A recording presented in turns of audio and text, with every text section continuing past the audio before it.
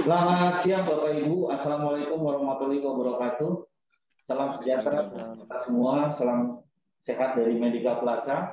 Terima kasih sudah bergabung untuk kali ini. Sebelum saya memperkenalkan diri, mohon Bapak Ibu tidak lupa untuk memute-kan mic Bapak Ibu semua, sehingga feedback dari Bapak Ibu tidak masuk ke semua orang, tidak masuk ke kami. Dan untuk Bapak Ibu, jika ada pertanyaan nanti silakan untuk chat langsung, sehingga nanti sebelum Bapak Ibu lupa, pertanyaan tersebut sudah kita record. Dan mohon izin, pertemuan kali ini kita record, dan sehingga nanti kami bisa upload, dan Bapak Ibu bisa mengakses juga, semoga nanti kita bisa masukkan ke YouTube, sehingga nanti Bapak Ibu juga bisa melihatnya. Mohon kerjasama terkait hal ini. Sekali lagi selamat datang di webinar kita terkait dengan sosialisasi Permenkes RI nomor 10 tahun 2021. Kami Medika Plaza mempunyai tanggung jawab untuk menjadi perpanjangan tangan gugus dan Kemenkes dengan pemerintah terkait dengan regulasi yang ada, dan kami juga bertanggung jawab untuk mensosialisasikan rekan-rekan Bapak Ibu semua yang hadir kali ini, yang tidak bisa saya sebutkan satu persatu, sehingga Bapak Ibu semua dan perusahaan-perusahaan yang berkaitan dengan Medika Plaza bisa mendapatkan pengetahuan lebih terkait peraturan yang sudah terhadap ini. Kali ini memang COVID sedang menurun, tapi bukan berarti kewaspadaan kita juga ikutan turun. Vaksin sudah ada, perkembangan sedemikian menggembirakan, begitu mulai banyak rekan-rekan yang sudah divaksin, tetapi regulasi juga terus berjalan terkait dengan vaksin gotong royong. Mungkin Bapak Ibu semua juga sudah mendengar, melihat, membaca berita yang sudah banyak beredar di luar sana. Untuk itu, supaya kita satu frekuensi, sepaham terkait dengan peraturan yang terbaru ini, Permenkes RI nomor 10 tahun 2021, kali ini saya menghadirkan ada 3 narasumber dari Medika Plaza.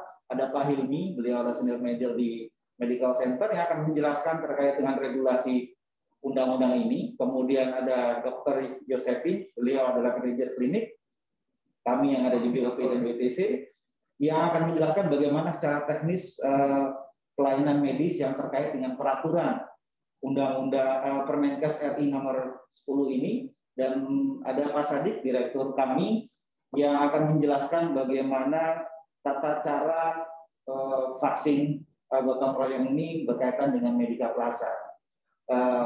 Sekali lagi selamat bergabung dan terima kasih Bapak Ibu semua sudah mute, dan kita akan mulai acara ini, dan demi kelancaran bersama semoga apa yang kita dapatkan kali ini bisa menjadi pencerahan untuk perusahaan Bapak Ibu di mana sekarang sedang bekerja. Kita mulai dengan Pak Hilmi akan memberikan penjelasan bagaimana terkait dengan Permenkes nomor 10 ini. Pak Hilmi, kami persilakan. Terima kasih Mas Budi. Assalamualaikum warahmatullahi wabarakatuh. Rekan-rekan semua, bahwa masalah vaksinasi ini belakangan memang jadi concern semua warga dunia. Dari 215 yang tercatat negara yang sudah mengajukan pembelian, ya. Jadi vaksin ini ada 2, kalau negaranya mampu ya jadi produksi sendiri, yang nggak mampu beli dari yang produksi. Nah, yang membeli ini ada sekitar 219 negara, dan masih ada 130 negara yang belum mendapatkan vaksin. Ya, alhamdulillah negara kita sudah mendapatkan, begitu sampai dengan saat ini. Dan pelaksanaannya sendiri tentu nomor 1, kenapa kita bicarakan regulasi. Kalau bisa ditampilkan di slide berikutnya, regulasi itu tentu mulai yang dari tinggi adalah di slide 2 tuh peraturan presiden. Sebagaimana kita ketahui, dalam waktu beberapa bulan terjadi percepatan gitu, perubahan ya regulasi dari Perpres nomor 99 berubah ke nomor 14, dan Permenkesnya sendiri berubah dari nomor 84 ke yang terbaru nomor 10. Nah, kalau Perpresnya itu sendiri itu sudah mengatur semua tentang pengadaan vaksin, dan yang paling utama kenapa vaksin ini saat ini masih bicara tentang penggunaan izin penggunaan darurat, emergency use authorization. Di situ masih bicara di situ, sehingga kalau bicara barang medis identik dengan izin edar. Tapi khusus vaksin COVID ini nggak ngomong izin edar. Jadi Bapak Ibu jangan nanya izin edarnya nggak ada. Ini semua adalah izin darurat, izin penggunaan darurat dari BPOM, dan itu ditanggung langsung oleh negara. Jadi kalau bicara izin vaksin kan ada izin klinis segala macam. Kita sudah yang sampai di Indonesia adalah sudah harus memiliki izin penggunaan darurat dari BPOM. Tuh yang di Perpres nomor 14 itu sudah diatur. Nah, bicara Permenkes nomor 10 ini tentu pelaksanaan. Nah, pelaksanaannya Mas Bram bisa ke slide berikutnya. Di Permenkes itu detail semua disebutkan. Tapi di sini kita jelaskan, kita diskusi yang singkat-singkat. Yang singkat-singkat saja, nanti mungkin di sesi tanya jawab bisa lebih detail. Nomor 1 itu disebutkan apa di situ namanya vaksin program dibedakan dengan vaksin gotong royong. Di pasal 1 disebut jelas bahwa sebenarnya vaksin ini kan tanggungan negara. Negara itu bertekad memvaksin 180 juta yang kategori wajib vaksin ya. Tapi dengan keberadaan vaksin, masalah distribusi ini jadi kendala. Sehingga pelaksanaannya dilakukan secara bertahap. Itu vaksin program yang dari negara. Nah, di luar itu kita memiliki konsep gotong royong. Dalam hal ini adalah pihak swasta, pihak perusahaan, pihak badan hukum yang memiliki karyawan, memiliki dana, mensupport kegiatan vaksinasi ini, vaksinasi warga Indonesia dengan membeli sejumlah vaksin bagi karyawan dan keluarganya. Jadi kita bedakan vaksinasi program dan vaksinasi gotong royong. Persamaannya adalah vaksin ini semua gratis bagi seluruh warga, bagi seluruh rakyat. Nah, kalau vaksin gotong royong, jadi tanggung jawabnya perusahaan atau badan hukum itu yang membeli pada negara. Nah, pembelinya itu dan nanti akan diatur detail dijelaskan lebih lanjut oleh dari Pak Sadi begitu. Yang kedua adalah pelaksanaan vaksin gotong royong dan vaksin program ini dibedakan.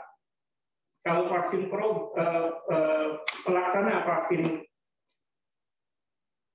program itu sebagian besar sudah disebutkan semuanya adalah rumah sakit atau klinik milik pemerintah seperti puskesmas.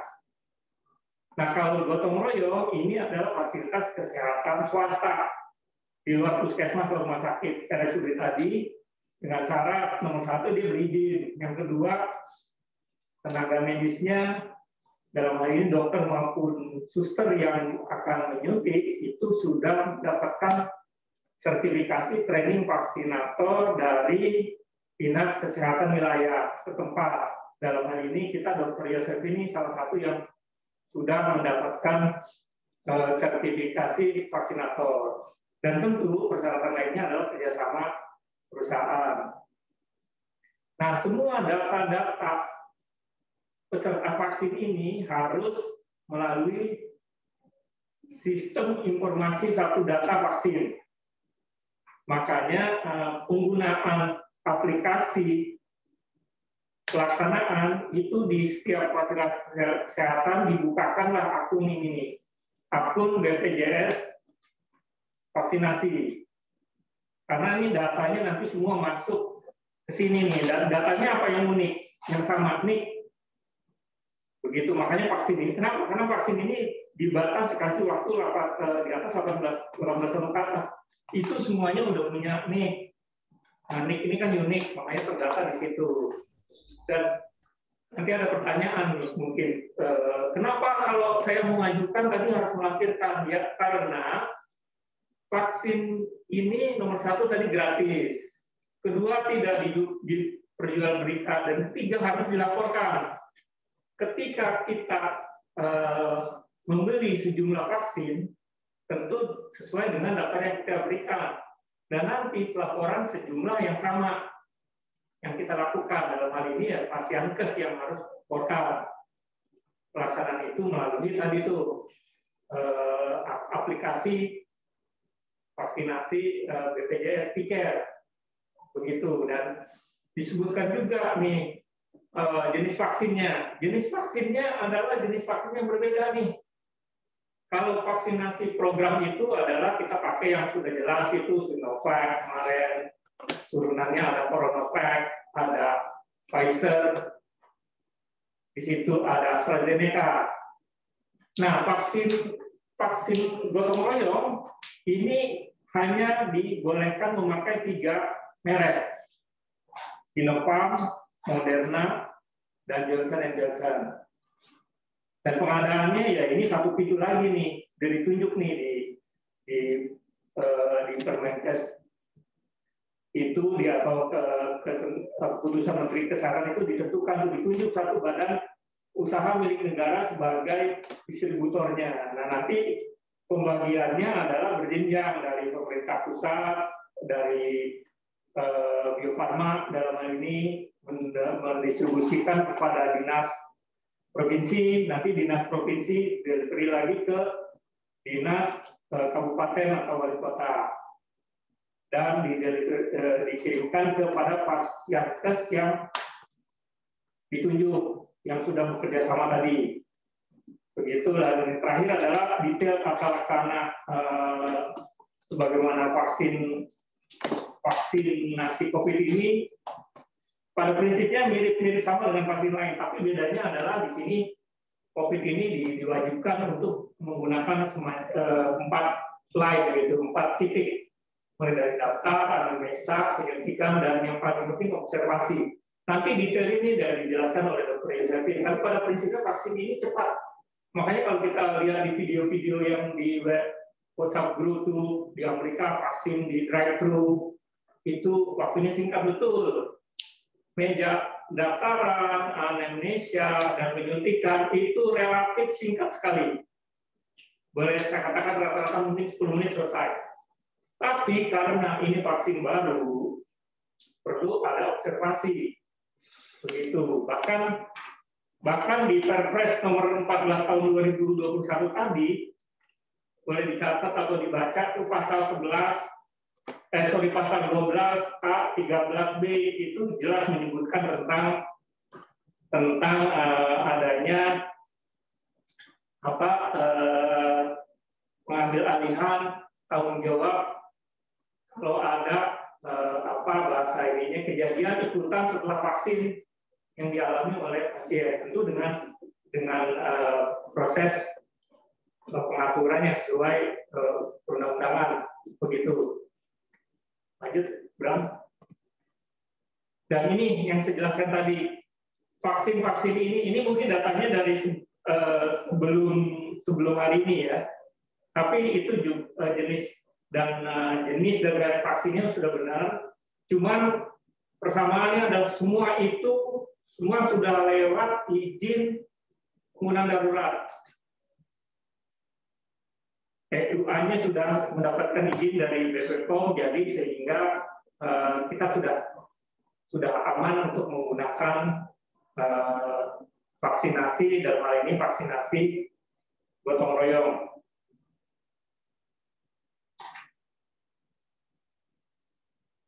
Lanjutnya ini adalah sudah masuk ke teknis pelaksanaan. Begitu, nanti seperti perencanaan kebutuhan apa yang harus disiapkan oleh pelaksana vaksinator di situ, bisa next slide di situ, dan bagaimana nanti Dr. Yosephine bisa lanjutkan. Silakan Dok. Terima kasih. Selamat siang Bapak Ibu sekalian. Semoga kita semua saat ini dalam keadaan sehat. Saya sedikit menjelaskan untuk secara teknis pelaksanaan dari vaksinasi COVID-19. Yang pertama yang akan saya jelaskan adalah apa kebutuhan dan rencana distribusi logistik yang harus kita siapkan dan kita lakukan sebelum kita melaksanakan kegiatan vaksinasi COVID-19 ini. Nah, yang pertama adalah kebutuhan perlengkapan anafilaktik. Seperti kita ketahui bersama bahwa side effect atau efek samping dari vaksinasi, baik itu vaksin COVID-19 ataupun vaksin yang lainnya seperti vaksin campak yang sering kita temui, vaksin hepatitis A atau hepatitis B, ataupun vaksin-vaksin lainnya, efek samping terberat yang bisa terjadi adalah shock anafilaktik. Jadi shock anafilaktik ini terjadi beberapa saat setelah kita memberikan vaksin terhadap seseorang. Itulah sebabnya kenapa pada saat kita akan melakukan kegiatan vaksinasi, kita harus melakukan antisipasi. Ya, kita harus menyiapkan perlengkapan untuk shock anafilaktik. Dan pada setiap tempat pelayanan wajib menyediakan 1 set perlengkapan anafilaktik, kemudian menyediakan oksigen, kemudian menyediakan cairan infus, dan juga menyediakan infuser. Selanjutnya yang disiapkan adalah kebutuhan logistik PPI. PPI ini artinya mungkin kita lebih sering mendengar istilah APD, ya, alat pelindung diri. Untuk kegiatan vaksinasi virus COVID-19 ini memang berbeda dengan kegiatan vaksinasi yang biasa kita lakukan sebelum terjadinya COVID. Jadi pada saat masa COVID ini ya kita harus menyediakan alat pelindung diri seperti gaun, kemudian penutup kepala, penutup sepatu, masker, dan sebagainya, seperti juga handscoon seperti itu. Kemudian yang perlu kita siapkan juga adalah kebutuhan materi KIE. KIE ini artinya komunikasi, informasi, dan edukasi, di mana sebelum kita melakukan kegiatan vaksinasi ini, ada baiknya kita melakukan memberikan edukasi terlebih dahulu. Yang pertama terhadap petugas-petugas yang akan melakukan kegiatan vaksinasi, kemudian juga kepada semua peserta-peserta yang akan melakukan vaksinasi. Mungkin bisa dengan memberikan edaran terkait informasi sekitar vaksin, efek sampingnya bagaimana, dan sebagainya. Slide. Baik, yang selanjutnya yang perlu kita ketahui adalah apa persyaratan-persyaratan yang harus dimiliki oleh fasilitas pelayanan kesehatan sehingga bisa memberikan pelayanan vaksinasi ini. Yang pertama, memiliki tenaga kesehatan pelaksana vaksinasi. Jadi, untuk setiap daerah provinsi ya akan menyediakan pelayanan yang dinamakan pelatihan vaksinator COVID-19, dan ini diadakan setiap bulan. Pendaftarannya juga sudah disediakan oleh dinas provinsi dan bisa diikuti oleh dokter, bidan maupun perawat yang memiliki SIP di pelayanan kesehatan.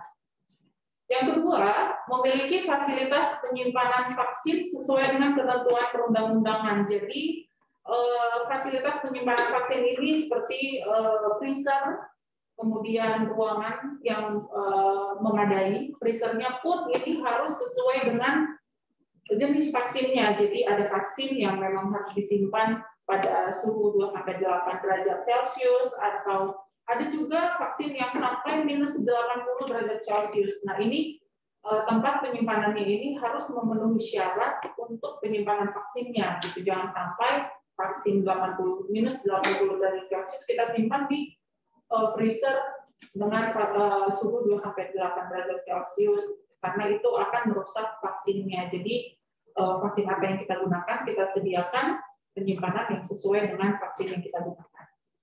Yang selanjutnya, memiliki izin operasional fasilitas pelayanan kesehatan sesuai dengan ketentuan perundang-undangan. Nah, ini contohnya seperti izin operasional klinik misalnya, atau izin rumah sakit. Nah, itu harus ada. Yang selanjutnya, memiliki sarana dan prasarana sistem manajemen teknologi informasi yang terhubung secara daring. Jadi, fasilitas pelayanan kesehatan ini harus memiliki jaringan internet sehingga bisa masuk ke dalam sistem informasi satu data yang dimiliki oleh pemerintah. Slide.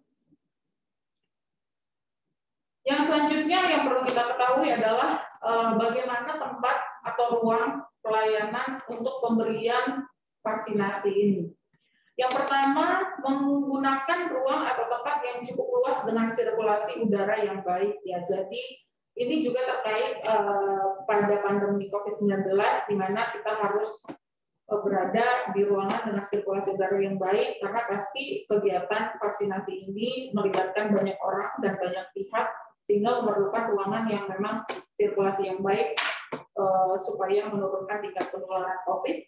Kemudian yang kedua, ruang atau tempat pelayanan dibersihkan dengan cairan disinfektan sebelum dan sesudah pelayanan. Jadi sebelum pelayanan dimulai dan setelah pelayanan vaksin dimulai, ruangan tempat kegiatan vaksinasi tersebut harus dilakukan disinfektan. Yang ketiga, tersedia fasilitas mencuci tangan pakai sabun dan air mengalir. Ini biasanya dilakukan sebelum masuk ke dalam ruang atau tempat pelayanan vaksinasi. Kemudian yang keempat, harus mengatur meja pelayanan antar petugas agar menjaga jarak aman. Jadi masih tetap terkait COVID-19, kita harus selalu menjaga jarak, baik itu antara petugas ataupun antar pasien yang sedang menunggu untuk divaksin harus menjaga jarak minimal 1-2 meter. Kemudian ruang atau tempat pelayanan imunisasi hanya untuk melayani orang sehat. Jadi ini sangat penting ya Bapak Ibu bahwa semua peserta yang masuk ke dalam ruang pelayanan itu sudah diukur suhunya terlebih dahulu sehingga saringan pertama adalah suhu tubuh. Jangan sampai orang yang masuk adalah orang yang misalnya demam dengan keluhan tambahan yang lain sehingga pelayanan imunisasi nanti bisa menularkan dari orang lain ke yang lain. Jadi sebaiknya disaring dulu di awal bahwa orang tersebut sehat baru boleh masuk ke ruang pelayanan. Oke, yang keenam, sebaiknya disediakan jalan masuk dan jalan keluar yang terpisah. Jadi jalur orang masuk ke dalam ruang pelayanan vaksin dan jalan orang keluar itu sebaiknya terpisah. Gitu. Tapi apabila tidak tersedia, bisa diatur agar sasaran imunisasi dan pengantar keluar dan masuk bergantian. Jadi jangan sampai orang yang sebelum vaksin dan sudah vaksin berpapasan seperti itu. Kemudian yang ketujuh, menyediakan tempat duduk bagi sasaran dan orang tua atau pengantar untuk menunggu sebelum dan 30 menit sesudah imunisasi dengan jarak aman antar tempat duduk 1-2 meter. Jadi mungkin Bapak Ibu sekalian juga sudah sedikit banyak sudah tahu bahwa setelah vaksinasi akan dilakukan observasi selama kurang lebih 30 menit sehingga harus disediakan tempat untuk peserta vaksinasi sebelum melakukan vaksin dan sesudah melakukan vaksin. Dan sebaiknya kursi ini terpisah. Jadi yang sebelum vaksin mungkin di sebelah kiri dan yang sesudah vaksin di sebelah kanan. Jadi jangan digabung antara yang sudah dan yang belum vaksin. Next. Oke, selanjutnya prinsip pelaksanaan vaksinasi COVID-19. Jadi ini prinsip-prinsip yang sangat-sangat perlu kita ketahui ya.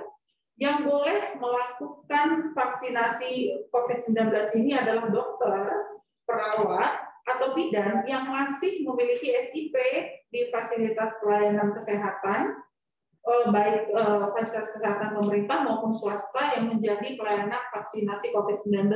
Jadi dokter, perawat, atau bidan ini seperti yang tadi sudah saya sebutkan harus sudah mengikuti pelaksanaan pelatihan vaksinator COVID-19. Kemudian di saat kita melakukan vaksinasi COVID-19, prinsipnya pelayanan vaksinasi COVID-19 ini tidak boleh mengganggu pelayanan vaksinasi rutin dan pelayanan kesehatan lainnya yang ada di fasilitas kesehatan tersebut. Kemudian yang ketiga, melakukan screening terhadap status kesehatan peserta vaksinasi ya. Jadi sebelum dilakukan vaksinasi akan ada petugas yang akan melakukan screening. Screeningnya ini nanti sudah ada berbagai pertanyaan dan juga pemeriksaan fisik secara singkat untuk mengetahui apakah seseorang ini layak untuk menerima vaksin, gitu ya, baik itu terkait dengan penyakit komorbid maupun terkait dengan infeksi virus COVID-19.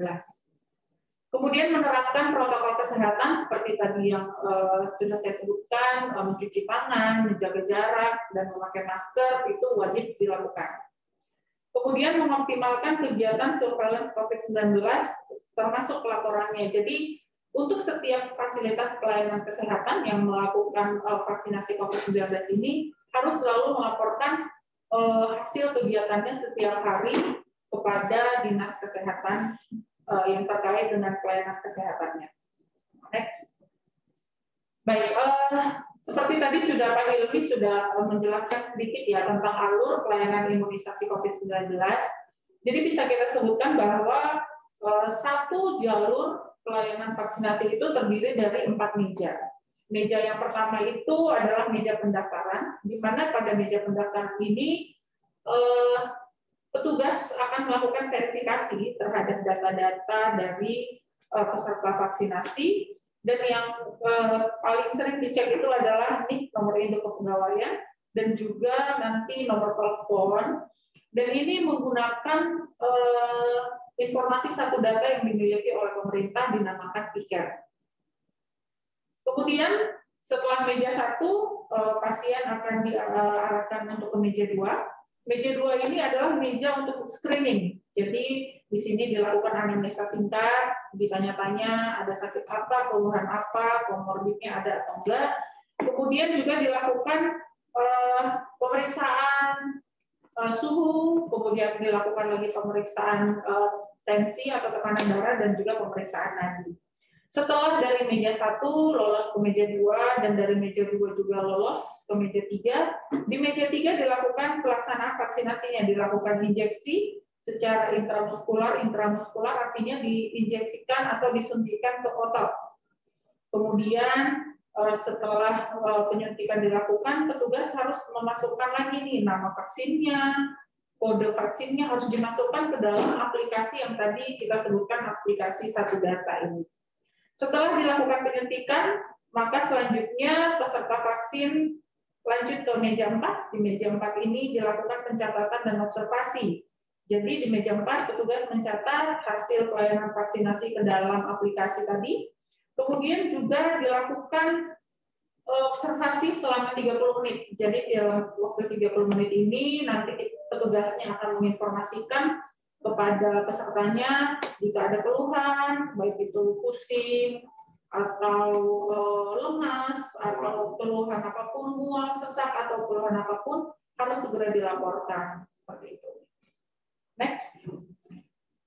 Setelah kita lakukan pelaksanaan vaksin, kita perlu mencatat dan melaporkan. Jadi ada pencatatan dan pelaporan secara elektronik yang nanti akan diberikan oleh Dinas Kesehatan. Dan ini terpisah dari pencatatan dan pelaporan imunisasi rutin, gitu ya, dilakukan secara elektronik melalui sistem informasi satu data. Di sana nanti akan ada data-data yang harus diisi, jadi identitas lengkapnya ya, termasuk NIK-nya, nama, jenis kelamin, usia, pekerjaan dan alamat. Kemudian status BPJS. Kenapa status BPJS penting? Karena memang di aplikasi PICAR ini dia tersinkronis dengan BPJS. Kemudian nama vaksin yang digunakan, nomor kode vaksinnya, dan juga tanggal pemberian vaksinnya. Baik itu vaksin pertama atau kedua harus dicatatkan. Next. Baik, alur dan proses pencatatan dan pelaporan hasil pelayanan ini yang setelah pelayanan vaksinasi, ini hal terakhir yang harus dilakukan, yaitu pencatatan dilakukan di setiap fasilitas pelayanan kesehatan yang melakukan kegiatan vaksinasi. Kemudian laporannya harus dilakukan per hari. Jadi pada saat kita kemarin mengikuti pelatihan, laporan harian ini diberikan setiap jam 16.00 setiap harinya. Nanti di sana akan ada rekapitulasi cakupan harian dan keseluruhan, serta nanti pelaporan-pelaporan data pesertanya, siapa saja yang sudah divaksin, vaksin pertama atau kedua, itu semua harus diberikan. Dan ini nanti datanya, formatnya sudah ada yang terstandar, akan di-share oleh Dinas Kesehatannya sendiri. Begitu. Oke, sekian dari saya. Mungkin untuk yang selanjutnya akan dijelaskan oleh Pak Sadik. Silakan, Pak.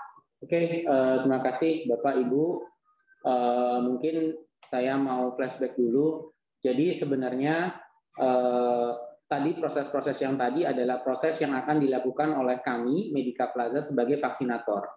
Jadi untuk Bapak dan Ibu sebagai peserta tidak akan melakukan hal-hal tersebut.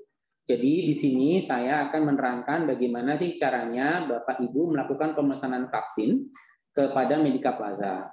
Saat ini sesuai dengan aturan pemerintah dari Permen yang sudah terbit, kami dari Medica Plaza akan melakukan pemesanan ke BUMN yang ditunjuk yaitu Bio Farma.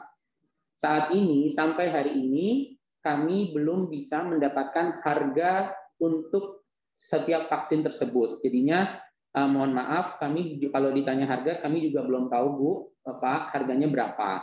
Tetapi saat ini kalau memang Ibu dan Bapak berminat, kami akan menjalankan prosedurnya. Karena saat diskusi terakhir kami dengan tim dari Bio Farma, mereka meminta adalah kesiapan dari kami sebagai vaksinator untuk mengkolek data dari Bapak dan Ibu. Nah, data-data tersebut akan kami ajukan ke Bio Farma sehingga dari Bio Farma bisa memberikan vaksinnya tersebut ke kami, kemudian kami melakukan vaksinasi ke karyawan dari atau keluarga dari Bapak Ibu tersebut. Jadi seperti flowchart yang ada adalah yang pertama dari perusahaan Bapak Ibu mengirimkan surat pemesanan vaksin kepada Medica Plaza.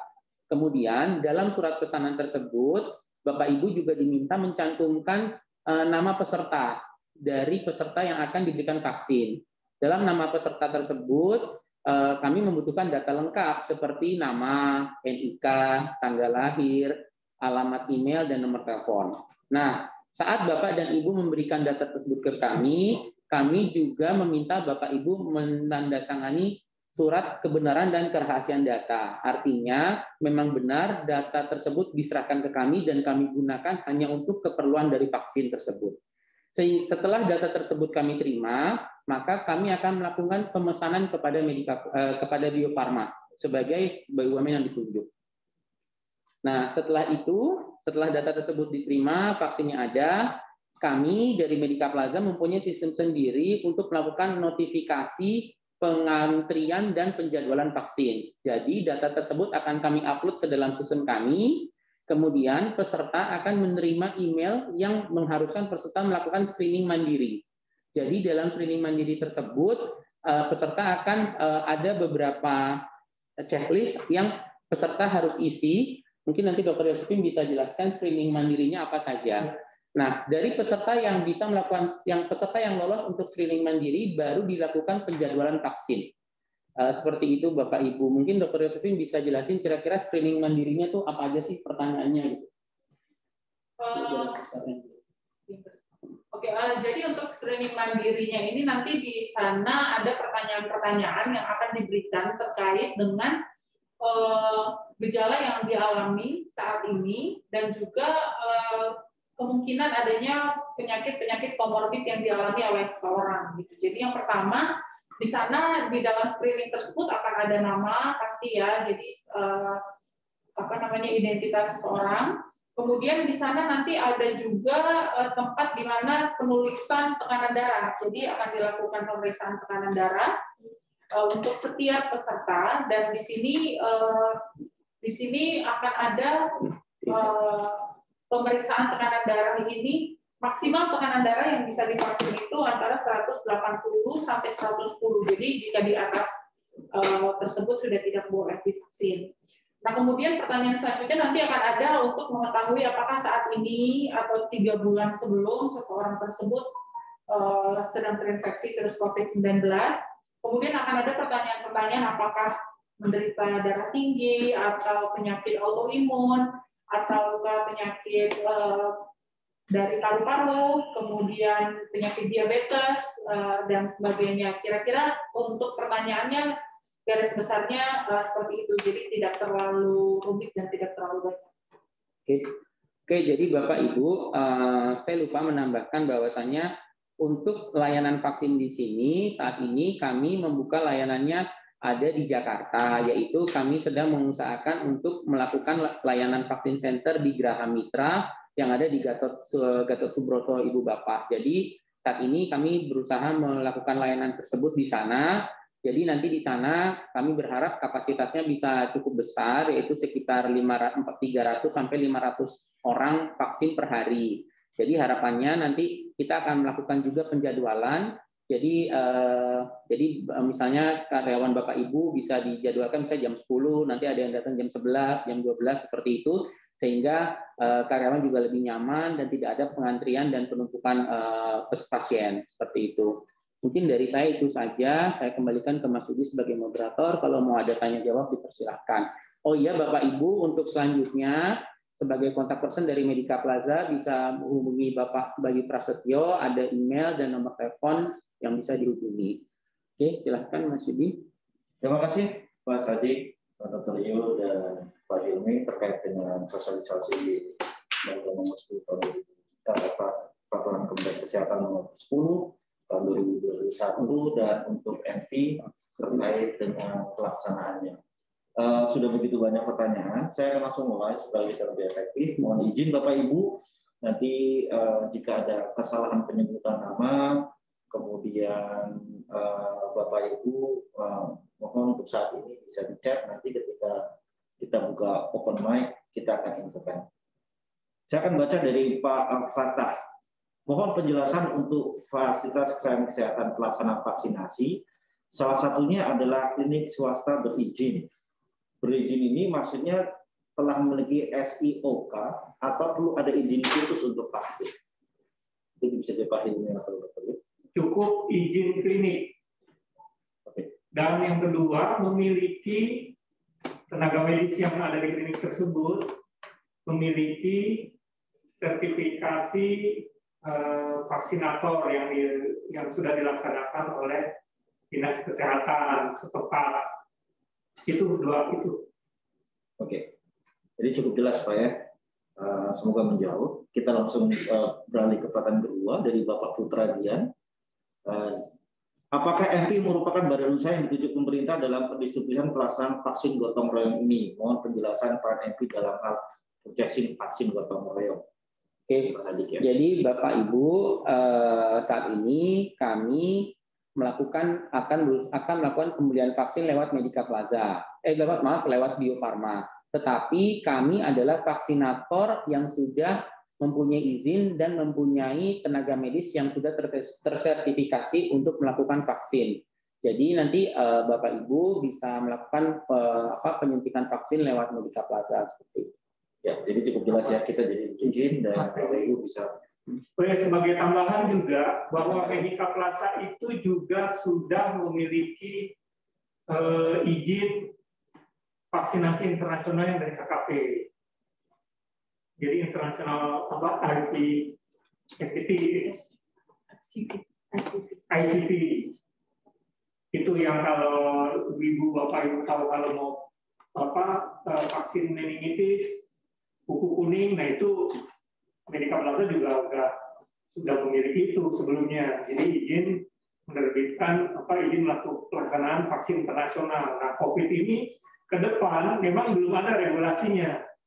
Bahwa persyaratan perjalanan sekarang kan masih hasil PCR dan antigen. Siapa tahu ke depan nanti harus melampirkan sertifikat vaksin itu mau internasional maupun lokal, ya Medica Plaza sudah terdaftar semua. Begitu Mas Yudi. Ya, jadi ada tambahan. Terima kasih Pak Hilmi bahwa kita juga ada grup ini ya KKP ya. Jadi secara internasional itu bisa dibuka. Oke, pertanyaan berikutnya. Mohon izin, saya mungkin sedikit lebih cepat. Pertanyaan mulai banyak. Oke, Ibu Dida Novita, siapa yang akan melakukan sinkronasi data NIK dengan BPJS Kesehatan di aplikasi BPJS Kesehatan vaksin? Masing-masing orang atau karyawan untuk pelaksanaan vaksin gotong royong atau fasilitas kesehatan. Itu makanya kenapa ketika mau beli vaksin didaftarkan namanya. Artinya vaksin yang dibeli atas nama seseorang itu tidak bisa diperjualbelikan atau ditukar pada orang yang bukan seharusnya. Nah, tugas sinkronisasi ini tadi ada di Pasienkes. Karena kan Pasienkes menggunakan stiker itu. Jadi ketika sebelum dan sesudah pelaksanaan itu nama orang itu cocok gitu. Jadi si A yang terdaftar sudah terdaftar, nanti pelaporannya tanggal sekian, nomor kode vaksinnya sekian, itu udah lengkap gitu kalau sudah selesai. Bahkan yang terakhir adalah orang ini ada nggak nih kejadian yang mengikuti gitu, ada keluhan nggak, itu tercatat di tiket tersebut sehingga monitoring dan evaluasinya lebih mudah bagi dalam hal ini Kementerian Kesehatan. Oke, pertanyaan berikutnya, saya pikir cukup jelas Pak ya, terima kasih Pak Helmi. Dari Bapak atau Bu Wibet Rusdianto, apakah ini sudah mendaftarkan petugas kesehatan di klinik di mana ini menjadi operator sebelum melakukan vaksinasi kepada pasiennya dan kapan pelaksanaannya? Tadi sudah disebutkan Bapak Ibu ya, kita sudah berizin dan kapan pelaksanaannya? Oke, kalau pelaksanaan Ibu Bapak, saat ini kami masih menunggu instruksi dari pemerintah. Jadi kami belum bisa menjelaskan atau mendetailkan kapan kami bisa melaksanakannya. Tapi setelah kami sudah mendapatkan informasi tersebut, kami akan men-share ke Bapak Ibu untuk pelaksanaan vaksin tersebut. Seperti itu. Ya, jadi cukup jelas.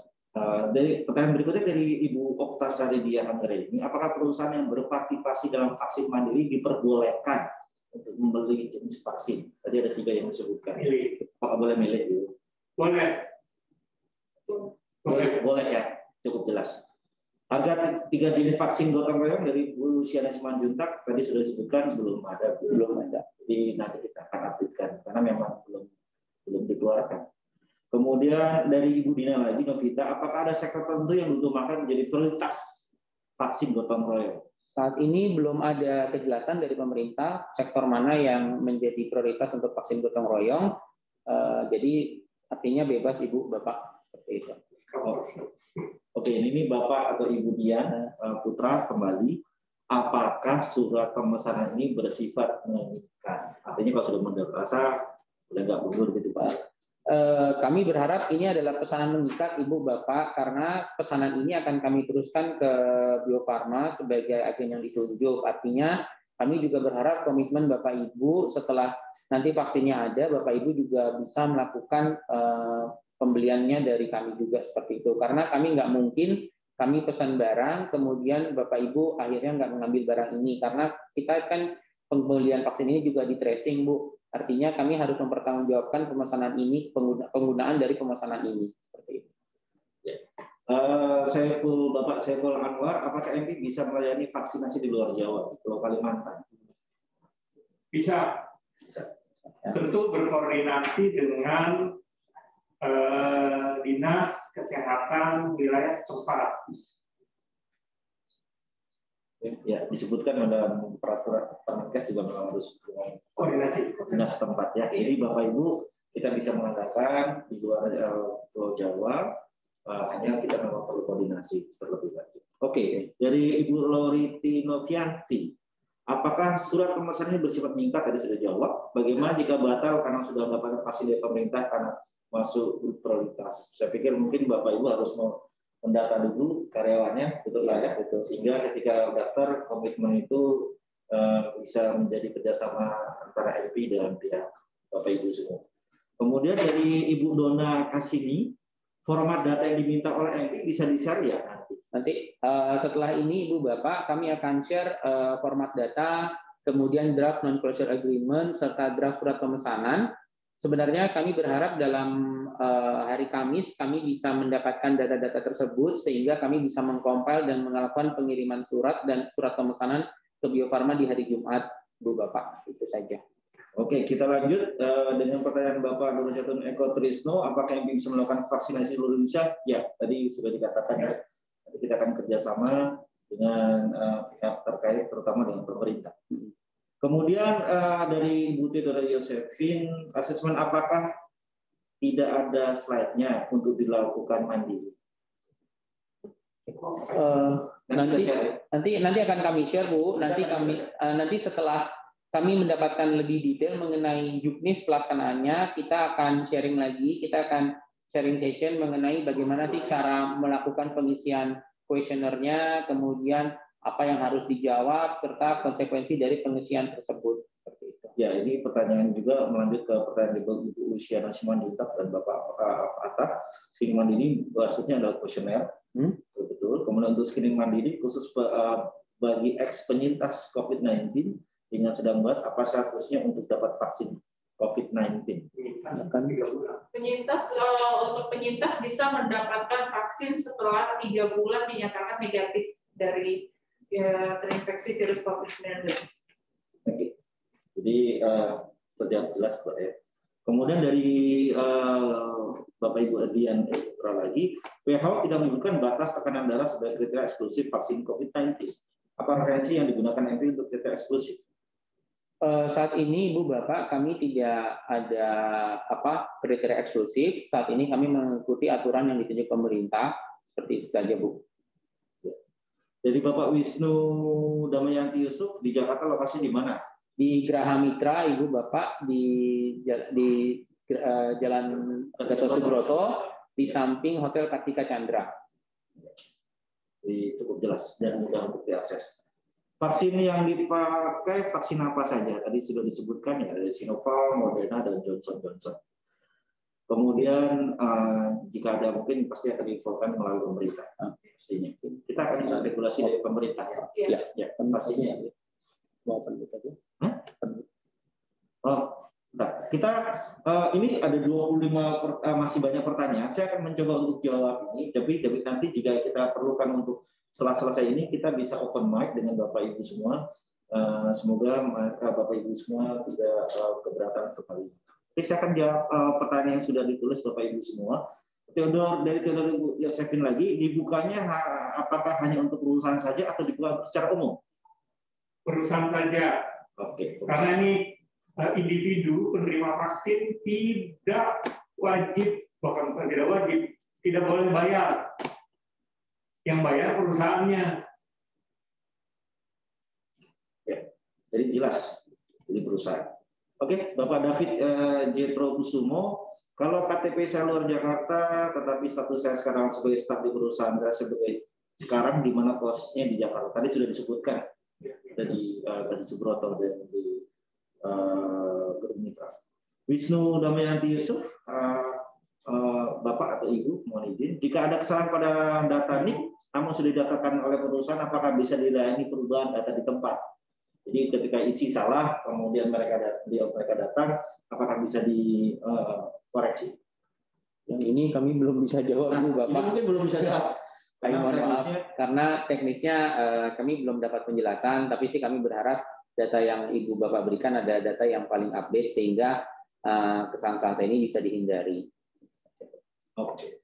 Dan ini ada pertanyaan dari Theodor Yosefin, jika tidak ada NIK dan hanya punya paspor karena tenaga ekspat, apakah bisa didaftarkan juga untuk vaksin tersebut? Bisa, karena setahu saya mungkin ada. Oke, jadi bisa. Nanti kita akan konfirmasi lagi seperti tadi katakan, kita akan selesai lagi terkait dengan regulasi dan update dari pemerintah terkait hal ini. Kemudian dari Febriana Anugraha, mohon informasi mengenai skema pembayaran termasuk termin pembayarannya. Oke, saat ini kami belum bisa menjelaskan Bu, Pak, secara komersialnya termasuk termin pembayaran, harganya. Nanti setelah kami mendapatkan kejelasan dari pemerintah, maka akan kami jelaskan ke Bapak Ibu kembali. Siap, jadi cukup jelas. Dari Janli Indra yang mohon izin Bapak atau Ibu, satu, apakah Medica Plus sudah melakukan pemesanan vaksin berdasarkan angket yang pernah sudah diberikan?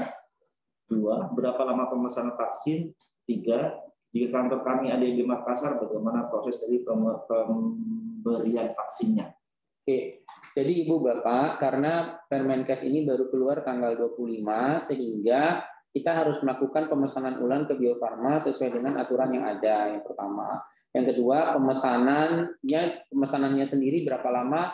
Saat ini kami juga masih menunggu, Bu, berapa lama sih sebenarnya vaksin ini bisa hadir bisa kita pakai seperti itu. Oke, jadi yang ketiga tadi prosesnya bisa kita lakukan. Ya. Kemudian dari Bapak Wiwit Rusdianto, bagaimana jika vaksin diberikan kepada keluarga jika memiliki tempat tinggal dan lokasi kerja yang berbeda tapi sudah didaftarkan sebagai penerima vaksin? Kalau Bagaimana jika vaksin diberikan kepada keluarga jika memiliki tempat tinggal dan lokasi kerja yang berbeda, tetapi sudah dinyatakan sebagai penerima vaksin? Bisa di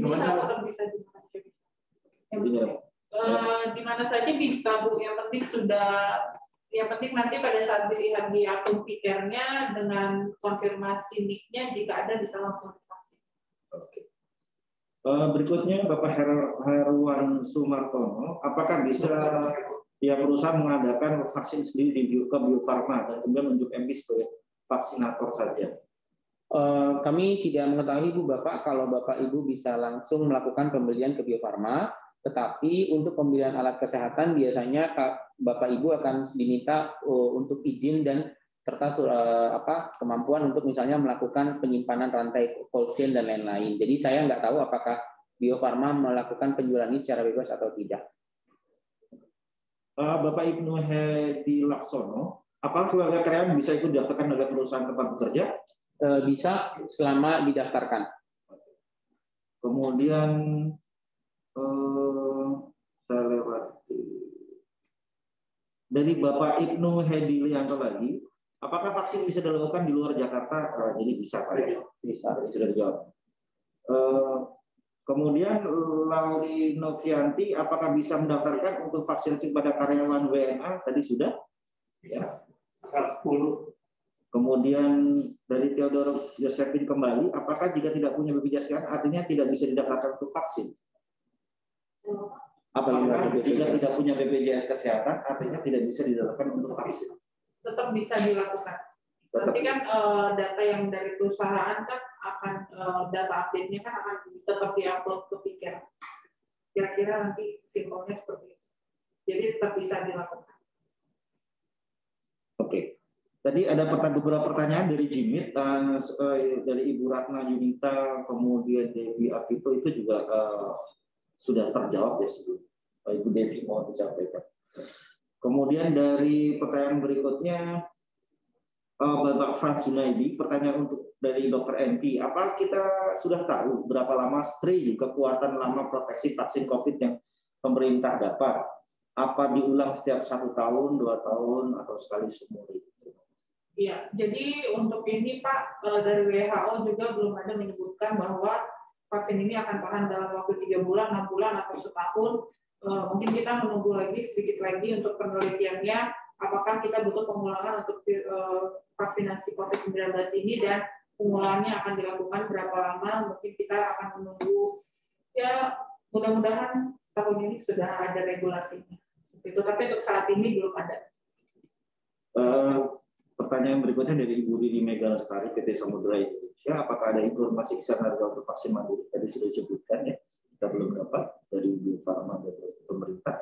Kemudian dari Bapak Chandra Priyandika, kemudian Imeko. Selamat siang, apakah kami bisa mendapatkan format bagus surat pemesanannya, surat atau dalam bentuk PO? Nanti akan kami share Pak mengenai formatnya seperti apa dan kebutuhan data kami seperti apa. Dari Ibu Monika Purnamasari, apakah ada usia minimal dan usia maksimal? Apakah masyarakat bisa mendapatkan vaksin? Tadi disebutkan usia minimalnya, iya, 18 tahun, maksimalnya belum ada. Oke, jadi cukup jelas Pak ya. Kemudian berikutnya dari Febrian Anugrah, bagaimana mekanisme vaksin di luar Jakarta jika lewat Medika Plaza? Jadi kita harus berkoordinasi dengan pemerintah setempat. Pastinya setelah kita mendapatkan regulasi yang lengkap terkait harga, teknis, dan sebagainya dari pemerintah. Ya, kita akan catat ini dan kita akan berikan informasi berikutnya kalau kita sudah dapatkan. Bapak Edi Rahmadi, kalau surat pemesanan bersifat mengikat, selayaknya harga sudah tetap juga.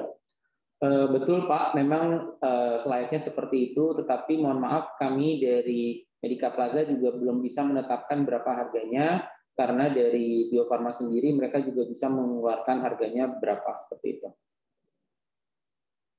Oke, pertanyaan dari Dr. Adi Mutiara seperti ini.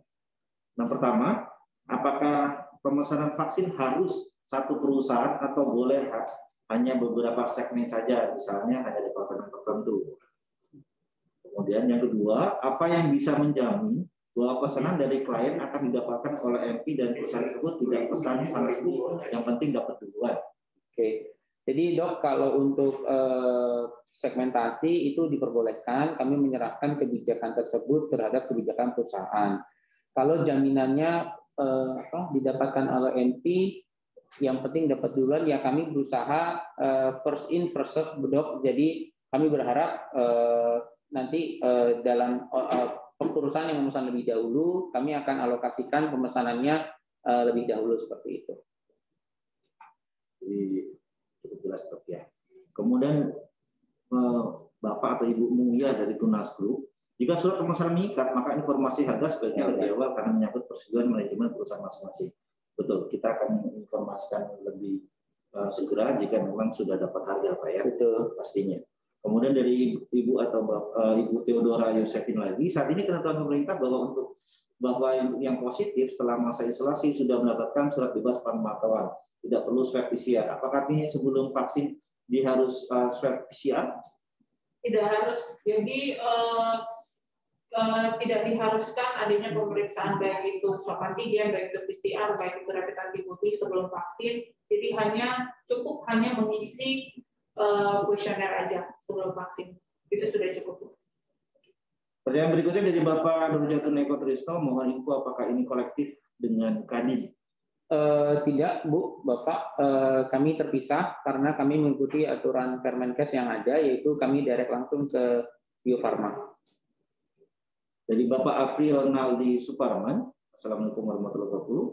Mohon konfirmasi apakah pelaksanaan vaksin harus di klinik, bisa klinik MP atau dilakukan on-site. Bagaimana jika pelaksanaannya on-site? Ya, teknisnya memang akan dibicarakan lebih lanjut, tapi kita bisa melakukan on-site. Kemudian Bapak atau Ibu Wiwit Rusdianto, MP sebagai operator di tempat kami, kapan akan melakukan training vaksinator ke beberapa tugas di klinik kami? Vaksinator.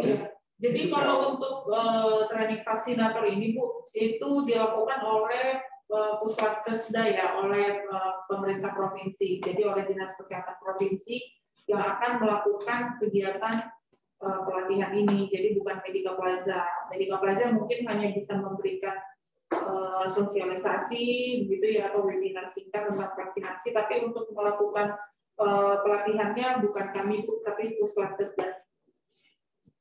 Bapak David Jetro Kusumo kembali, kalau saya usia 70 juta dan saya ada implan ICD di jantung saya, apakah boleh vaksin gratisnya Moderna?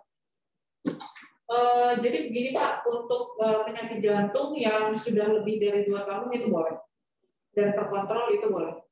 Oke, cukup menjawab. Ibu Aisyah Purwanti, bila diperlukan vaksin booster, apakah penerima vaksin pertama harus mendaftar ulang untuk mendapatkan booster?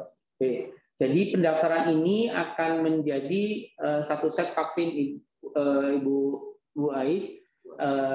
Jadi misalnya kalau ibu mendaftar untuk 1 orang dan vaksin tersebut akan ada 2 kali penyuntikan, maka dia akan disuntik sebanyak 2 kali seperti itu. Jadi artinya tidak harus mendaftar ulang. Oke, Ibu Lydia Simamora, bila terjadi reaksi side effect setelah vaksin tidak terjadi di tempat vaksin, apakah laporan ke MP atau ke pemerintah? Pelaksanaan MP tetap boleh ke MP. Ya. Tapi pastinya jika memang misalnya nih kejadiannya di rumah, pastikan harus ke fasilitas pelayanan terdekat dari rumah. Nanti selanjutnya akan dilaporkan ke MP juga. Ya. Jadi artinya ke fasilitas kesehatan terdekat dulu, kemudian MP juga ya. Iya.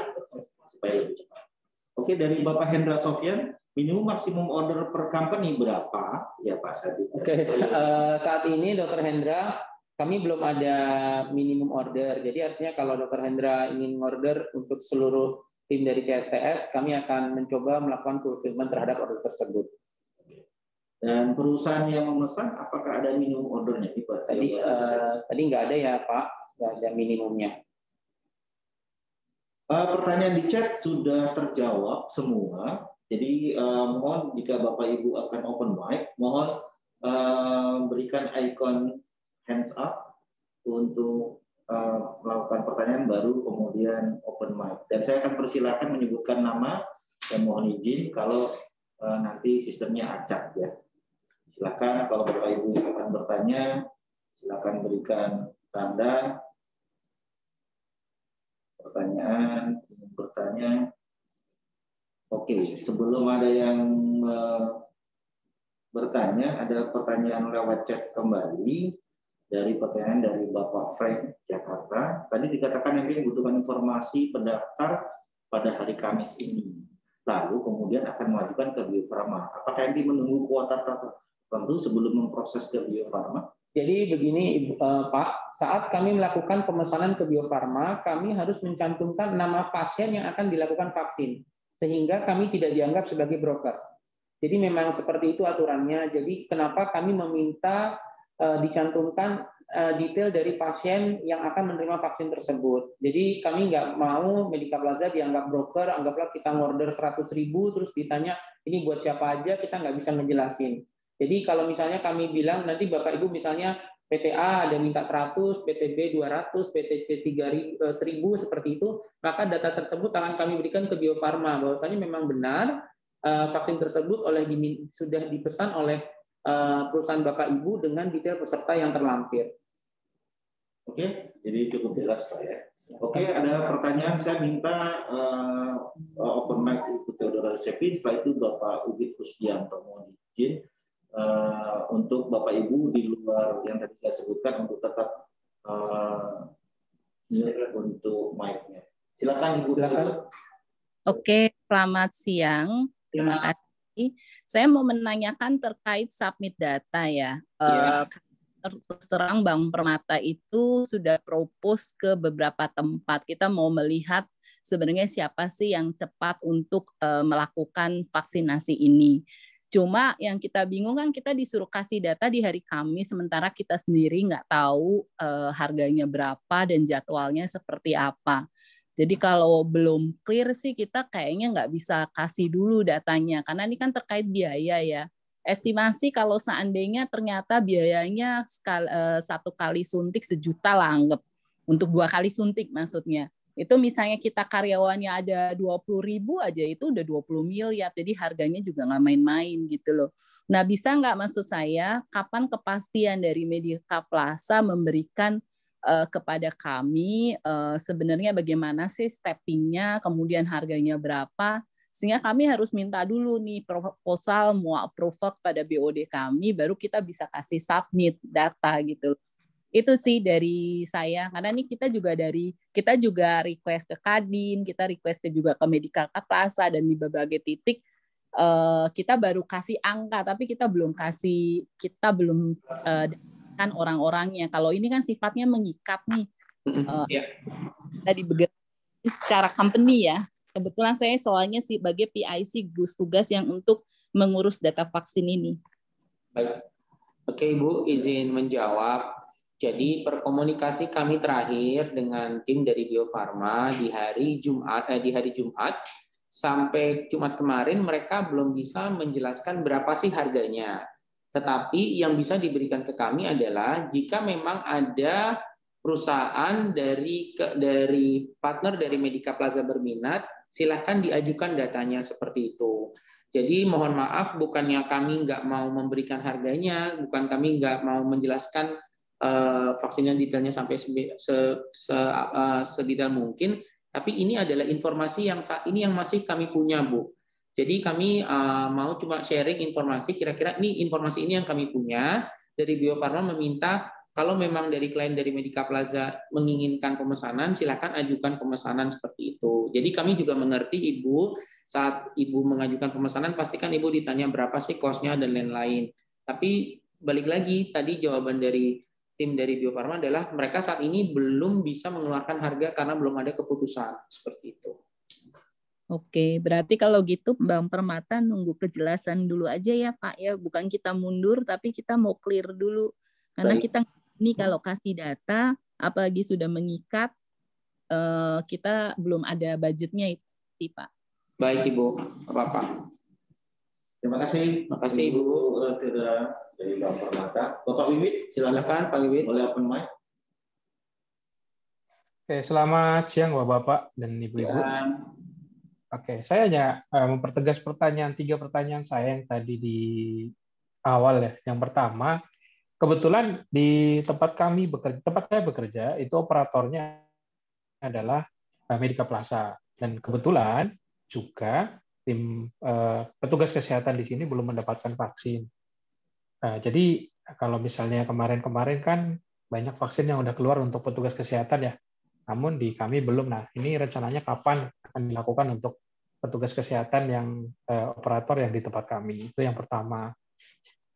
Yang kedua, untuk training vaksinator, kebetulan kemarin saya juga sudah klinik kami sudah terdaftar di Dinas Kesehatan setempat dan merupakan salah satu klinik yang bisa untuk memberikan vaksin seperti yang tadi disampaikan oleh Dr. Yosepin ya. Dan kami tentunya masih ada kurang satu, yaitu petugas di tempat kami itu belum mendapatkan pelatihan. Nah, mungkin bisa merekomendasikan atau menjadwalkan training kepada tim petugas kami yang ada di site untuk bisa mendapatkan training pelatihan sebagai vaksinator. Itu maksudnya ya, bukan dari MP tetapi yang saya maksud tadi training itu dari dinas provinsi atau dinas kesehatan kabupaten. Nah, mungkin bisa didaftarkan petugas kesehatan yang di tempat kami untuk menjadi vaksinator. Nah, kapan itu pelaksanaannya? Ya, terus yang ketiga tadi pertanyaannya yang misalnya nih kalau saya kebetulan saya berada di Sulawesi gitu ya, dan keluarga saya berada di kota di Jawa. Nah, otomatis kan kita tidak bisa bersamaan. Kita sudah terdaftar sebagai penerima vaksin. Nah, kita tidak bisa dalam satu tempat itu divaksin bersama. Itu bagaimana? Apakah boleh nanti divaksin juga misalnya istri saya berada di Purwokerto. Artinya itu bisa divaksin di sana, mendapatkan vaksin dari sana, atau harus menunggu nanti dari MP atau yang lain jika misalnya kami pembeliannya lewat MP. Begitu Pak. 3 pertanyaan itu. Masih konfirmasi Pak. Kalau boleh tahu Pak Wi Rusdianto posisi ada di mana dan perusahaan PAU tersebut Pak? PAU ya? Ya. Nah, itu ya. Silakan Pak. Mungkin Dr. Yu, Pak Sandi. Soal training. Kalau saya jawab yang kedua dulu ya Pak ya. Jadi untuk pelatihan vaksinator ini, memang kita kan mengikuti pelatihan ini kemarin di bulan 2, di pertengahan bulan. Dan untuk di bulan Maret ini akan dilaksanakan minggu depan. Jadi memang planning yang ada di kami saat ini adalah minggu depan kami akan mendaftarkan sebanyak-banyaknya tenaga medis kami, baik itu dokter, perawat, dan bidan yang ada di seluruh Indonesia untuk mengikuti pelatihan ini Pak. Jadi nanti juga untuk yang di klinik PAU itu juga akan kami ikut sertakan Pak. Nanti mungkin akan dikolek datanya oleh manajer medsite kami, Dr. Frank. Seperti itu, Pak Wiwi. Ya, terima kasih, Dok. Kita tunggu jadwalnya. Untuk keluarga? Keluarga yang bisa. Ya. Untuk keluarga, tetap bisa, Pak, dimanapun beradanya. Misalnya ayahnya di Sulawesi, anaknya di Purwokerto, istrinya di Jakarta, itu tetap bisa dilayani, Pak. Nanti tetap seperti yang tadi sudah dijelaskan oleh Pak Hilki, kita harus tetap bekerja sama dengan pasienkes setempat di mana domisilinya berada, gitu Pak. Ya. Oke. Kalau yang pertama tadi? Yang kapan teman-teman bisa divaksin? Ya. Yang pertama. Ya, teman-teman divaksin, betul Pak Wiwi ya? Betul, iya Pak. Kebetulan di tempat kami itu petugas kesehatannya belum ada yang dapat vaksin, Pak. Jadi, iya, jadi kami berharap, kami sudah berusaha komunikasi dengan dinas kesehatan setempat, namun mungkin ada kendala. Jadi mudah-mudahan dari MP bisa juga speed up berkomunikasi apakah dengan dinas kesehatan, baik itu provinsi atau kabupaten, supaya teman-teman kita mendahulukan, jangan sampai nanti klinik kita akan memberikan vaksin, tetapi petugas kesehatannya belum divaksin. Nanti jadi paradigma yang terbalik. Ya, baik Pak Wiwi, kita coba segera koordinasikan.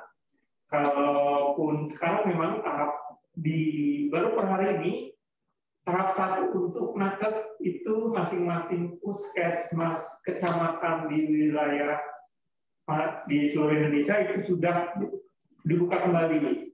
Harusnya sih mungkin dalam 1-2 hari atau minggu ini bisa segera terrealisasikan, tapi nanti kami akan koordinasi dengan Dinas Kesehatan wilayah setempat Pak Wiwi. Baik, Dok. Ya, terima kasih Pak Wiwi atas pertanyaannya. Berikutnya mungkin bisa open mic Pak Putar, tapi saya akan baca chat dulu Pak ya, mohon izin Pak ya. Oke, ini ada beberapa chat kalau tidak salah tadi dari Rizky ya. Rizky ATKA disertakan dalam vaksin tadi sudah dijawab ya, bisa. Kemudian Kustina, Ibu Kustina, jika sudah memesan, tapi pada saat pelaksanaan ada beberapa karyawan tidak bersedia vaksin, apakah direktur? Oke. Ya, vaksin itu sebagaimana dijelaskan tadi adalah kalau kita ngambil 10 orang itu penerima yang sudah terdaftar itu akan dikenakan denda kalau dia menolak. Dia menghalangi atau dia menolak itu di pasal 12A dan 13B, sanksi yang menolak atau menghalangi pelaksanaan vaksin. Nah, dalam hal ini otomatis badan usahanya juga yang tadi mesan 10 atau beli 10 harus mempertanggungjawabkan 2 itu mau diberikan kemana kalau tidak dilaksanakan. Kalau diskusi kami dengan pihak Kemenkes sih biasanya sih yang kayak selisih-selisih seperti ini bagian dari CSR-nya perusahaan, begitu Pak. Tapi kepada individu yang menolak itu sudah ada pasalnya tuh Pak. Pasal 12A 13B Perpres nomor 14 tahun 2021. Itu jelas. Ya, terima kasih Pak Rizky. Dari Sastra Anissa, kalau salah ya. Efek samping setelah divaksin apakah sama dengan yang lain? Dan jika muncul efek samping, apa yang harus dilakukan? Sama, Bu. Jadi seperti tadi sudah saya jelaskan, semua vaksin itu ada efek sampingnya, gitu. Mulai dari efek samping ringan sampai efek samping berat. Sama seperti kita vaksin anak kita, misalnya vaksin campak, kemudian dia demam, itu salah satu efek vaksin. Sama seperti vaksin COVID ini, gitu. Jadi vaksin COVID ini tidak berbeda dengan vaksin yang lainnya. Perbedaannya hanyalah vaksin COVID ini masih baru, sehingga kita semua masih meraba-raba, masih terus melakukan penelitian supaya vaksin yang diberikan ini sangatlah efektif. Gitu. Jadi sebenarnya vaksin yang lain pun bisa memberikan efek seperti shock anafilaktik, meskipun itu memang persentasenya sangat rendah. Sama seperti virus COVID-19 ini. Dia juga efek sampingnya tidak jauh berbeda dengan vaksin lainnya. Jadi mulai dari efek samping ringan sampai efek samping terberat seperti shock anafilaktik pun bisa terjadi seperti itu. Oke, pertanyaan berikutnya dari Ibu Okta Sariya Angga ini, jika perusahaan memberikan pilihan jenis vaksin, apakah diperbolehkan dalam satu perusahaan membeli 2 atau 3 jenis vaksin yang berbeda? Saat ini belum ada detail Bu, tapi kelihatannya boleh Bu. Kelihatannya boleh. Iya, saya tambahin dikit Pak. Jadi kalaupun untuk memilih 2 vaksin harus diperhitungkan karena kan vaksin pertama dan kedua harus sama. Jangan sampai nanti karena jumlahnya berbeda, vaksin pertama Moderna, sisanya tinggal Pfizer misalnya, jangan sampai seperti itu. Jadi harus tetap diperhitungkan.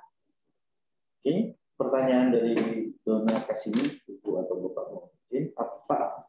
Tapi kalau sudah terdaftar vaksin dan ternyata diketahui positif COVID atau ada autoimun atau penyakit lain sehingga batal, terus gimana dong? Itu ada keterangannya tuh di pasal itu. Jadi serta-merta orang yang menolak atau menghalangi tanpa kejelasan itu yang akan kena denda. Tapi kalau ada kejelasan ya pasti tidak jadi wajib lagi dilaksanakan. Pertanyaan dari Bapak Windu Pratomo, apakah bisa kami sebagai perwakilan perusahaan meminta jadwal sosialisasi dari MV kepada PIC perusahaan? Jadi kita sosialisasi ke perusahaan. Bisa sih Pak, bisa. Oke, bisa. Silakan nanti Bapak Ibu kontak dengan PIC yang tadi sudah disebutkan oleh ya. Oke, silakan sekarang ke Bapak Anton Sipahutar untuk open mic. Silakan Pak. Oke Pak, terima kasih. Selamat siang Pak. Ya. Selamat siang. Jadi gini Pak, saya ini dari mewakili dari apartemen. Jadi kami ini bukanlah badan usaha atau sebuah PT, hanya beruji coba perhimpunan. Apakah ini tidak bermasalah atau memang diizinkan seperti perusahaan-perusahaan lain yang mewakili perusahaannya gitu loh? Yang pertama. Yang kedua, kalau saja sejumlah unit atau penghuni di apartemen kami daftarkan katakanlah 500 peserta. Lalu kemudian di perjalanan waktu ada yang mundur. Apakah kemudian bermasalah kepada Medica Plaza dalam pemesanan jumlah vaksin ke Bio Farma? Apakah kemudian ada penalti dan sebagainya?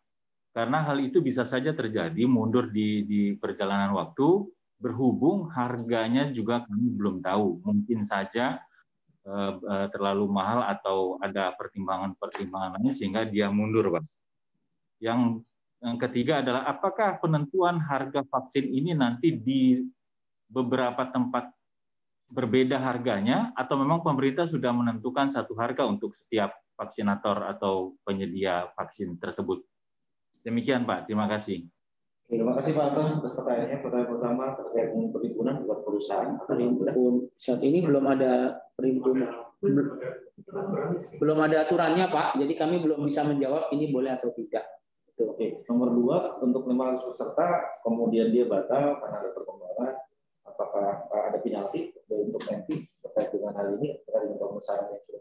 Misalnya mereka pesan 500, kemudian di perjalanan ternyata mereka mundur dan vaksin itu sudah dipesan ke Bio Farma, misalnya 500, apakah ya, kemudian ada penalti? Saat ini sih Pak, kami berharap kita nggak ada ke sana Pak. Saya juga ngerti karena akan ada konsekuensi logis. Tetapi balik lagi ke pernyataan saya di awal, karena kami belum mendapatkan detail juknis dari Bio Farma, sehingga kami nggak bisa menjawab pertanyaan Bapak yang mengenai apakah ada konsekuensi. Kemudian yang terakhir ada peraturan harga. Oke. Penetapan harga ini Pak akan mengikuti dari aturan pemerintah Pak. Jadi kami nggak bakal menetapkan harga vaksin sendiri. Jadi misalnya kayak udah harga seperti harga PCR Pak, ada dari pemerintah menetapkan harganya X rupiah, ya berarti kami akan mengikuti harga tersebut. Sama juga untuk ongkos kos suntiknya seperti itu Pak. Baik, terima kasih Pak. Sama.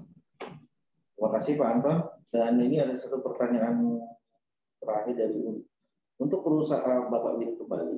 Untuk perusahaan yang sistem on off seperti di tempat kami, bagaimana baiknya pelaksanaan vaksin? Apakah saat akan off atau ketika on mengurangi risiko dari efek samping vaksin? Ya, ini lebih teknis ya. Silakan. Nah, ya untuk perusahaan yang sistem on off ya, seperti di saya ya, di tempat kami bagaimana baiknya pelaksanaannya? Ini lebih bicara pelaksanaannya.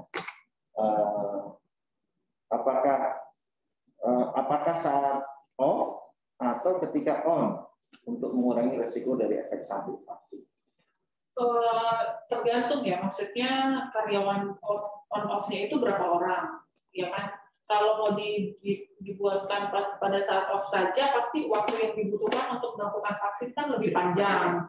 Jadi ya mungkin perusahaannya harus punya target juga nih. Misalnya sebulan karyawan kami harus sudah tervaksin. Nah itu mungkin kita tidak bisa bikin sistemnya on off. Jadi mungkin pada saat yang bersamaan harus melakukan vaksin untuk keseluruhan karyawan seperti itu. Jadi tergantung target dari perusahaannya lagi. Kalau dikatakan lebih baik mana, sebenarnya semua sama saja ya Pak ya. Oke, cepat lebih baik. Semakin cepat semakin baik gitu. Jadi semakin semuanya cepat tervaksin, herd immunity-nya terbentuk, jadi semakin baik untuk kita semua begitu kira-kira. Demikian Pak Wiwit. Yang dari Pak Jetro, sorry apakah tadi lewat mengenai perusahaan boleh pilih vaksin? Boleh Pak ya? Boleh. Tadi sudah dijelaskan boleh. Mungkin ada yang akan open mic lagi, kita masih ada waktu beberapa saat, 5 menit lagi. Pak, ya, silakan. Oke, silakan Bapak Ibu. Kita juga sudah berikan link untuk sosialisasi ya, sisi termomen yang pos survei kegiatan sosialisasi hari ini, silakan nanti ada di link di atas. Nanti di akhir ini kita akan berikan kembali sehingga Bapak Ibu bisa isi. Silakan Bapak Ibu jika misalnya masih ada pertanyaan terkait dengan regulasi ini. Sekali lagi sosialisasi terkait dengan Permenkes nomor 10 tahun 2021. Harga sekali lagi belum ada informasi terkait dengan harga vaksinnya dari Bio Farma sehingga kita belum bisa memberikan. Nah, pertanyaan oke. Kalau tidak masih ada, boleh open mic. Siapa silakan Bapak Ibu. Kalau oke, oke. Kita akan tutup. Terima kasih Bapak Ibu semua. Di presentasi kami boleh ditampilkan. Tadi ada nomor teleponnya. Yang terakhir. Di slide terakhir boleh ditampilkan lagi. Ya, ini ada kontak person dengan Bapak dengan Bayu Prasetyo. Ya, ada nomornya. Silakan Bapak Ibu screenshot. Dan ini ada juga ada emailnya, atau menghubungi kami langsung melalui kontak 1518 juga akan diarahkan ke sana. Dan jika Bapak Ibu akan memberikan sosialisasi ke perusahaan masing-masing seperti tadi, silakan di email ke kami melalui GIC Bapak Ibu atau GIC yang tercantum, sehingga kita bisa memberikan informasi lebih jelas.